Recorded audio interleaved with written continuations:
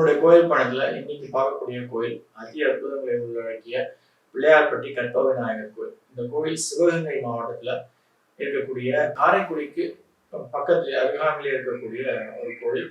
ரொம்ப அற்புதங்களை உள்ளடக்கிய கோயில்.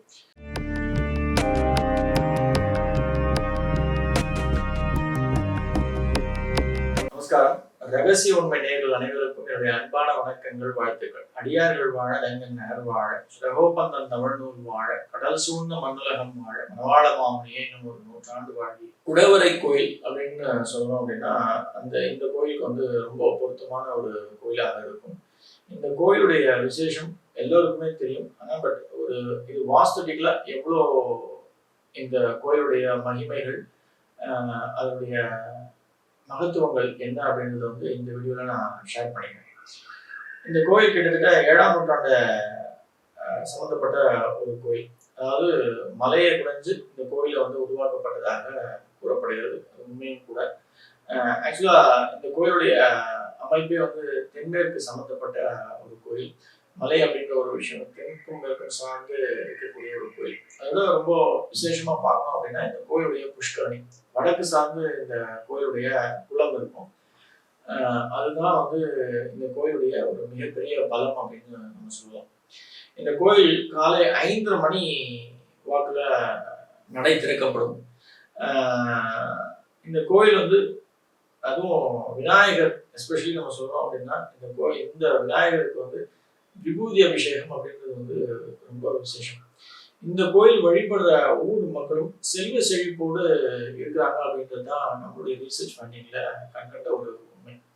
இது ஏன் அப்படின்னா நான் ஏற்கனவே சொன்ன ஒரு விஷயம் தான். தெற்கு மேற்கு சம்பந்தப்பட்ட ஒரு மலை உடைந்து உருவாக்கப்பட்ட ஒரு கோயில். இந்த கோயிலுடைய அதி அற்புதம் நம்ம சொல்றோம் அப்படின்னா இந்த கோயிலே 4 பக்கமும் வீதிகளை கொண்ட ஒரு கோயில். ஆனால் இந்த கோயிலுக்கு கோபுரம் அப்படின்றது வடக்கு பக்கமும் உண்டு, கிழக்கு பக்கமும் உண்டு. இந்த வடக்கு பக்கம் கோபுரத்தில் நுழைந்து விநாயகரை பிரதர்ஷனம் பண்ணி அங்க இருக்கக்கூடிய ஈஸ்வரனையும் தாயாரையும் அம்பாளையும் நம்ம வழிபட்டுட்டு கிழக்கு பக்கமா வெளில வரும் அப்படின்னும் பொழுது அது ஒரு பெரிய மாற்றத்தை நிச்சயமாக கொடுக்கும். கற்பகம் அப்படின்னு நம்ம சொன்னாலே அதுக்கு அர்த்தம் கேட்டதை கொடுக்கக்கூடிய விஷயங்கள். நம்ம எதெல்லாம் மனசுல நினைச்சு விநாயகரை வேண்டிக்கிறோமோ அந்த எல்லா விஷயத்தையும் இந்த கற்பக விநாயகர் நமக்காக கொடுப்பார் அப்படின்றது தான் இந்த கோயிலுடைய சூட்சமும், இந்த விநாயகருடைய சூட்சமும் கூட. வலம்புரி விநாயகர் இவர் வடக்கு பார்த்து நமக்கு சேவை சாதிப்பார். அவ்வளவு முக்கியத்துவம் வாய்ந்த பிரதானமான விநாயகர் கோயில்.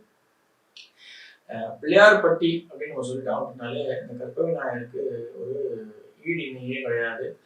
எல்லா மக்களும் இந்த கோயிலுக்கு சென்றுதான் அவர்களுடைய வாழ்க்கையில செல்வம் அப்படின்ற ஒரு விஷயத்த பெற்றார்கள் அப்படின்றது ஒரு உண்மை.